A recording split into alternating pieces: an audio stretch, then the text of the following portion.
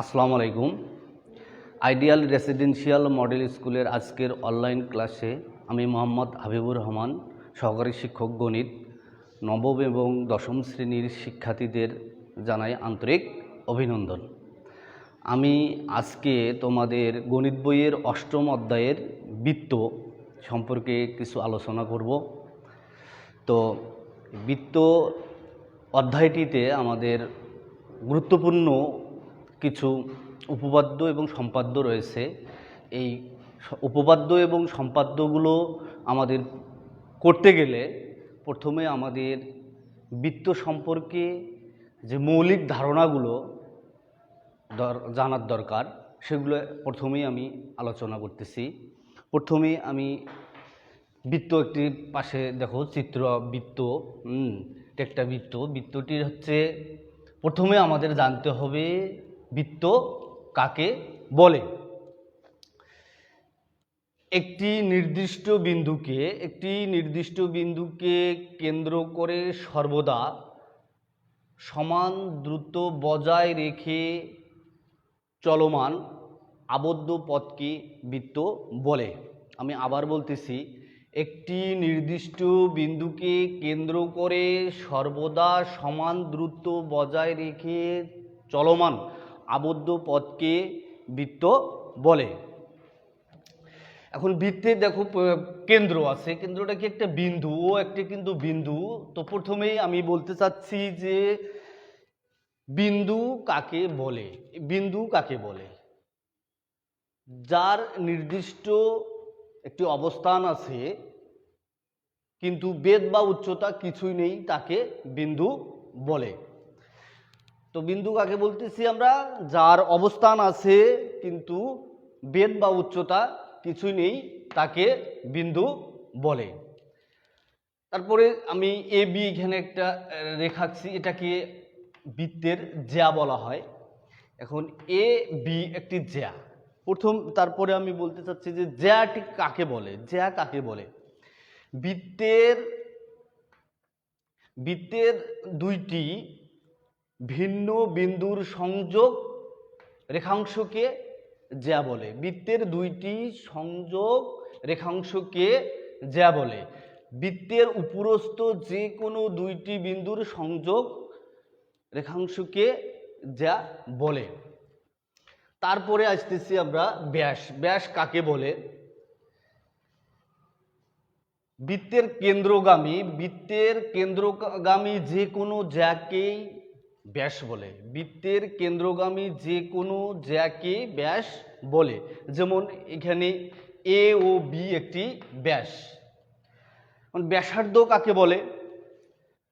ব্যাসার্ধর সংজ্ঞাটি দুইভাবে বলা যায়। ব্যাসের অর্ধেককেই ব্যাসার্ধ বলে। আবার যদি আমি অন্যভাবে বলতে চাই, যেমন ওসি একটি ব্যাসার্ধ, সেটা কি ব্যাসের অর্ধেককেই ব্যাসার্ধ বলে। অথবা অন্যভাবে বলা যায়, বৃত্তের উপরস্থ একটি বিন্দু থেকে কেন্দ্র পর্যন্ত দূরত্বকেই ব্যাসার্ধ বলে। তাহলে ব্যাসার্ধ আমরা দুইভাবে বলতে পারি। একটা হচ্ছে কি ব্যাসের অর্ধেককেই ব্যাসার্ধ বলে, আর একটা হচ্ছে কি বৃত্তের উপরস্থ যে কোনো বিন্দু থেকে কেন্দ্র পর্যন্ত দূরত্বকেই ব্যাসার্ধ বলে। তারপরে দেখো এখানে আছে কি পরিধি। পরিধি কাকে বলে? পরিধি একটা বৃত্তের, এখানে যদি আমি এইটাকে একটা বৃত্ত কল্পনা করি, তাহলে কি হবে? কাকে বলতেছি? একটি নির্দিষ্ট বিন্দুকে কেন্দ্র করে সর্বদা সমান দূরত্ব বজায় রেখে চলমান আবদ্ধ পথকে বৃত্তের পরিধি বলে। আমি আবার বলতেছি, একটি নির্দিষ্ট বিন্দুকে কেন্দ্র করে সর্বদা সমান দূরত্ব বজায় রেখে চলমান আবদ্ধ পথকে বৃত্তের পরিধি বলে। তো পরিধি গেলে এখন দেখো এখানে 6 নম্বরে আমি কি করছি, চাপ। চাপ কাকে বলে?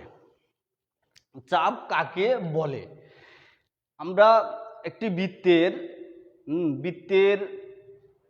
বৃত্তের পরিধির অংশ বিশেষকেই চাপ বলা হয়। অংশ বিশেষকেই চাপ বলা হয়, যে এটা যে কোনো অংশ হতে পারে। বৃত্তের পরিধির অংশ বিশেষকেই চাপ বলে। চাপ আবার 3 প্রকার। একটা হচ্ছে উপচাপ, আরেকটা হচ্ছে অধিচাপ, আরেকটা হচ্ছে অনুবন্ধী চাপ। তাহলে অনুবন্ধী চাপ আগে আমি যেটা বলতে চাচ্ছি চাপ। তারপরে কি উপচাপ, উপচাপটা কি আর অধিচাপটা কি? একটি বৃত্তকে দুই ভাগে যদি বিভক্ত করা যায়, একটি বৃত্তকে দুই ভাগে যদি বিভক্ত করা যায়, তো বৃত্তের যে দুইটি আলাদা আলাদা চাপ থাকবে তার মধ্যে ছোট যে চাপটি থাকবে সেটাকে বলা হচ্ছে উপচাপ, আর বড় যে চাপটি থাকবে সেটাকে বলা হচ্ছে অধিচাপ। তাহলে উপচাপটা কি? কোনো বৃত্তকে যদি দুই ভাগে ভাগ করা যায়, বৃত্তের পরিধির অংশটাকে দুই ভাগে যদি ভাগ করা যায়, ছোট যে চাপটি থাকবে সেটাকে বলা হচ্ছে উপচাপ, আর বড় যে চাপটি থাকবে সেটাকে বলা হচ্ছে অধিচাপ। এখন আমরা আসি অনুবন্ধী চাপ। দুইটি চাপ মিলে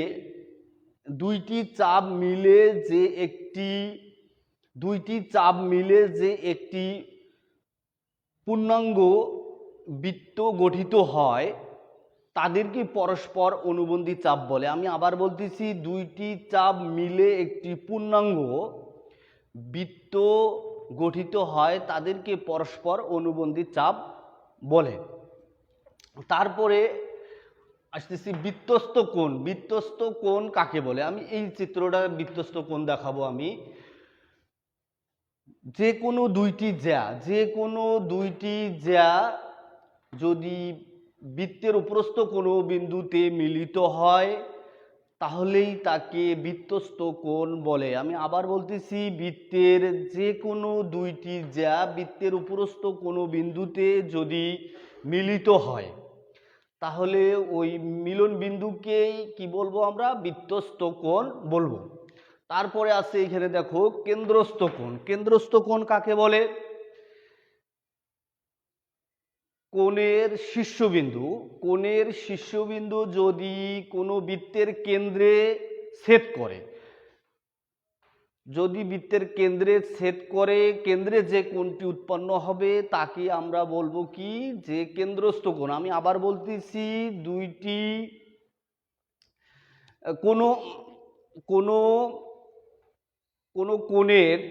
কোনো কোণের শীর্ষবিন্দু যদি বৃত্তের উপরস্থ কোনো বিন্দুতে ছেদ করে তবে ওই কোণটাকে কেন্দ্রস্থ কোণ বলে।